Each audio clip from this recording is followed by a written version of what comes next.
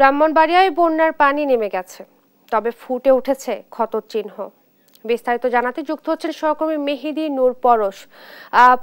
বন্যার ক্ষয়ক্ষতির পরিমাণ কেমন দেখছেন জানাবেন, আর পানিবন্দী মানুষের দুর্ভোগ কি কিছুটা কমেছে কিনা বিস্তারিত জানাবেন।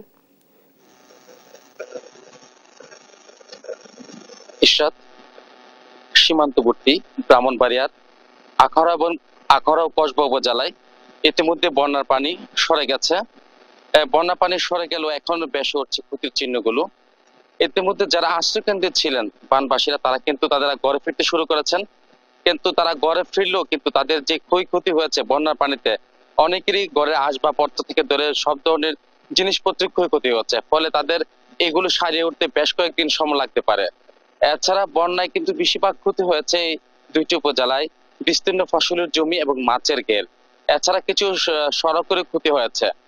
আমি এখন দাঁড়িয়ে আছি যে যে উপজেলার যে তারাগণ এলাকায়। এখানে দেখতে পাচ্ছেন যে বিস্তীর্ণ যে ফসলের জমি, এখানে যে কয়েকদিন আগেও পানিতে টইটম্বুর ছিল। এই 2-3 দিনের মধ্যে পানি সরে যাওয়ার ফলে এখানে যে ধানের চারা ধানের চারা রোপণ করেছিলেন, সবগুলো চারা কিন্তু একেবারে নষ্ট হয়ে গেছেন। আমি বেশ কয়েকজন কৃষকের সাথে কথা বলেছি, তারা বলেছেন যে বন্যার পানি আসার 2-3 দিন আগে তারা এই চারাগুলো রোপণ করেছিলেন, কিন্তু রোপণ করার ফলে এই চারাগুলো কিন্তু পানিতে নষ্ট হয়ে গেছে। ফলে তারা নতুন চারা নিয়ে এখন সংশয় রয়েছেন। এছাড়া অনেকে দানা করে কিন্তু এই ধানের চারা রোপণ করেছিলেন, এখন তারা অনেকটি আর্থিকভাবে ক্ষতিগ্রস্ত হয়েছেন। জেলা কৃষি বিভাগ আমাকে জানিয়েছেন চলতি রূপা আমনে জেলায় 12,000 হেক্টরের মতো ধানের চারা রোপণ করা হয়েছিল। এর মধ্যে 7,500 ধানের চারা পানির তলে নষ্ট হয়ে গেছে।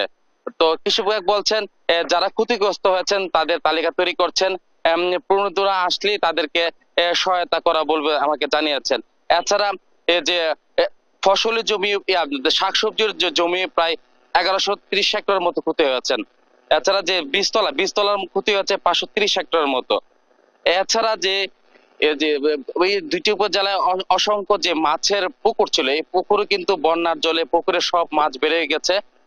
মৎস্য অধিদপ্তর আমাকে জানিয়েছেন প্রায় 860টি পুকুরের মাছ বেড়ে বন্যা পানিতে চলে যাওয়ার ফলে প্রায় 19 কোটি টাকার মতো ক্ষয়ক্ষতি হয়েছে। যে মৎস্য চাষিরা বলছেন যে তারা তাদের যে পুকুর ছিল এই পুকুরগুলো তারা মাছের পোনার উপরে ফেলেছিলেন। এই মাছের পোনাগুলো প্রায় বন্যার পানিতে বের হয়ে যাওয়ার ফলে তারা প্রায় কোটি কোটি টাকার ক্ষয়ক্ষতি হয়েছেন। তারা এখন সরকারের কাছে আর্থিক সহায়তা চেয়েছেন, যাতে সরকারিভাবে কোন ঋণ সহায়তা পেলে তারা কিছুটা গুছিয়ে উঠতে পারবেন বলে আমাকে জানিয়েছেন। বন্যার সার্বিক বিষয় যদি বলি, জেলা প্রশাসনের পক্ষ থেকে কিন্তু সব ধরনের সহায়তা করা হচ্ছে এবং পাশাপাশি সামাজিক সংগঠনের পক্ষ থেকে বন্যার্ত মানুষদেরকে সহায়তা করা হচ্ছে। এ ছিল বন্যার সার্বিক বিষয় নিয়ে আমার কাছে সর্বশেষ।